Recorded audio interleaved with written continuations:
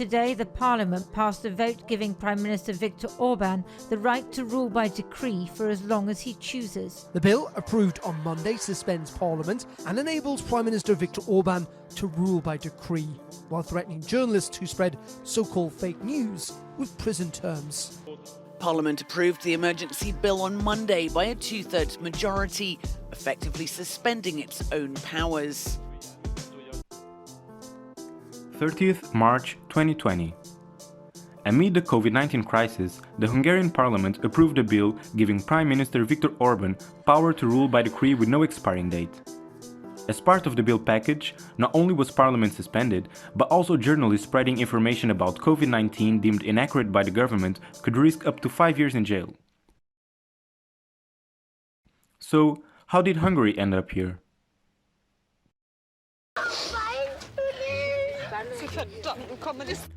After the Second World War, Hungary became a satellite state of the Soviet Union.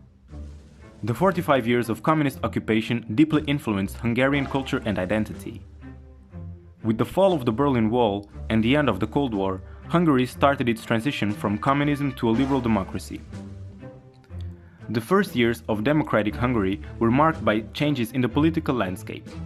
Parties like Fidesz, at that time a moderate liberal centrist party, started to find a place in the parliament. Rising party with rising personalities, such as Viktor Orban, a young Oxford alumnus and co-founder of the party. He became the leader of the party in 1993, and after some years, he became prime minister of a center-right coalition government from 1998 to 2002. During these years as prime minister, Orban ruled as a center-right politician. However, he was not meant to stick to this political orientation for a long time. In particular, after losing 2 consecutive elections, Orban and Fidesz steadily moved to far-right political beliefs. After winning the 2010 elections, Fidesz, in coalition with the Christian Democratic People Party, assured a 2/3 majority, the necessary quorum to approve a new constitution. It was the 1st of January 2012 when the new constitution was finally adopted. This represented the beginning of a new Hungary. By using different tricks in his playbook, such as gerrymandering the maps, Orban was able to retain and consolidate power. Starting from 2012, Hungary experienced drastic changes. From a 170-kilometer border fence with Serbia to a reconstruction of the judiciary system, Viktor Orban has been using immigration and nationalistic rhetoric to change Hungary from within. Using ingenious political maneuvers, he also managed to assert control over a large portion of media outlets. On the 30th of March, amid the COVID-19 pandemic, Viktor Orban's government took another step in his path towards authoritarianism. The Hungarian parliament passed a bill that can be characterized with one word: draconian. Not only does this bill punish journalists up to 5 years if their coverage of the pandemic is deemed inaccurate, but it also places heavier penalties on people violating the quarantine regulations.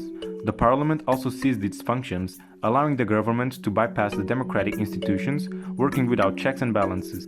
And the worst of this bill is it has no expiry date. International responses have come fragmented and slow.